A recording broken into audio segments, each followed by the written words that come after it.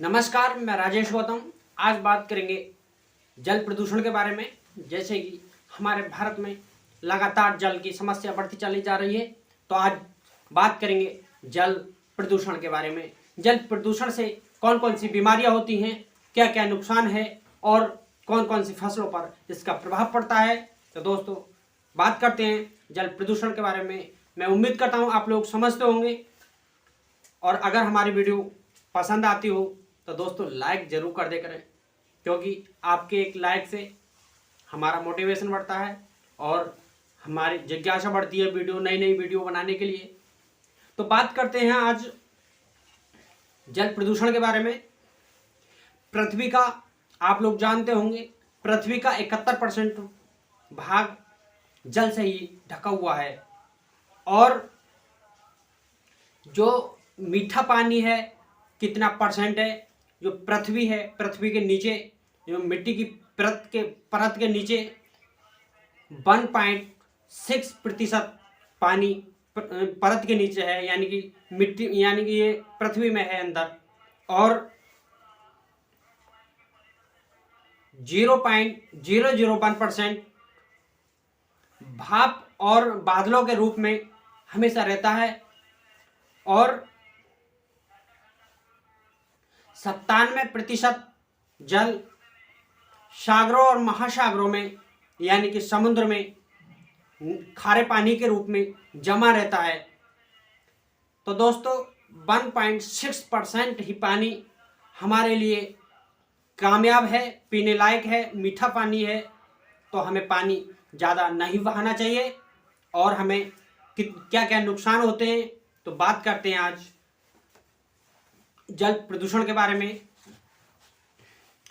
जल प्रदूषण भारत में एक सब संकटों में से, सबसे बड़े संकटों में से एक सबसे बड़ा संकट है जल प्रदूषण। आने वाले समय में हमारे भारतवर्ष में पानी का लेवल, पीने की पानी की समस्या बढ़ जाएगी और बढ़ती चली जा रही है। दोस्तों, जल प्रदूषण के मुख्य कारण कौन कौन से हैं, तो बात करते हैं कौन कौन से हैं। नंबर 1, औद्योगिकरण, कूड़ा। जो इंडस्ट्री एरिया में जाकर के देखते हैं तो जो कचरा है, कोई सी फैक्ट्री हो या कोई कंपनी वगैरह हो या कोई प्लांट हो, तो वहाँ पे पानी का बहाव बेतुक होता है। और उसमें ये केमिकल का पानी नदियों में छोड़ दिया जाता है, उससे जल खराब होता है। और कृषि क्षेत्र में आवश्यकता से ज़्यादा पानी होता है, जैसे कि मछली पालन है, उसमें भी जल बर्बाद होता है, क्योंकि तालाबों में भरा जाता है, नलकूपों से निकाल के मीठा पानी हम भरते हैं और वो सब वाष्प रूप में उड़ जाता है। और यानी कि कुछ फसलों में आवश्यकता से अधिक किसान भाई पानी भर देते हैं खेतों में, तो वो पानी बेफालतू में उड़ जाता है वाष्प के रूप में। और कुछ भारतवर्ष में सामाजिक रीति रिवाज हैं, जैसे कि किसी व्यक्ति की डेथ हो जाए तो उसका देह संस्कार नदियों के किनारे पर किया जाता है और फिर बाद में उसी में शव बहा दिया जाता है। या फिर कुछ आध्यात्मिक क्षेत्र में भी जाकर देख लेते हैं, जैसे कि अगर कहीं नदी किनारे मेला वगैरह लगा हुआ होता है, तो वहाँ पे ये खीरे परमल वगैरह उसमें पानी में बहा देते हैं, तो उससे भी फूल वगैरह डालते हैं, उसमें दूध डालते हैं, तो वो भी प्रदूषित होता है जल। और एक, जैसे कि जो नदियाँ वगैरह हैं उनमें ये नाव वगैरह चलती हैं, और बड़े बड़े सागरों में जहाज चलते हैं, तो जो जहाज इंजन से चलते हैं, और वो जहाज के इंजन से रिसाव होता है तेल, वो तेल भी पानी में मिल जाता है, वहाँ पर भी जल प्रदूषित होता है। एसिड रेन, यानी कि एसिड वर्षा होती है। प्रत्येक वर्ष जो प्रथम बार की वर्षा होती है उसमें कई % एसिड आता है, और बरसात के रूप में वो नीचे गिर जाता है, तो वो भी एक जल प्रदूषित है। अब बात करते हैं जल प्रदूषण से कौन कौन सी बीमारी होती है और ज़्यादातर कौन सी बीमारी फैल रही है जल प्रदूषण से।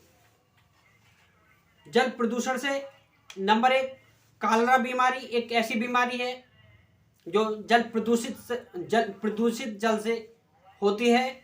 और टीबी, भारतवर्ष में टीबी इतनी भयानक और इतनी तेजी से फैलने वाली बीमारी है, जैसे कि ज़्यादा से ज़्यादा आदमी इससे ग्रसित होकर और मृत्यु हो रही है।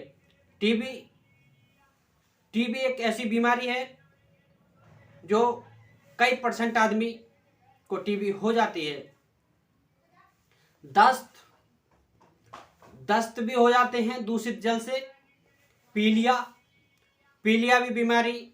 की बीमारी जल प्रदूषित जल से हो जाती है। और उल्टी दस्त और त्वचा के संबंधित कई अनेक बीमारियां हैं, जैसे कि दांत खाज खुजली हुई या फिर कुष्ठ रोग हुआ, ये भी जल प्रदूषण से हो जाता है। अब बात करते हैं जल प्रदूषित रोकने के लिए क्या क्या समाधान है और कैसे हम जल को प्रदूषित होने से रोक सकते हैं।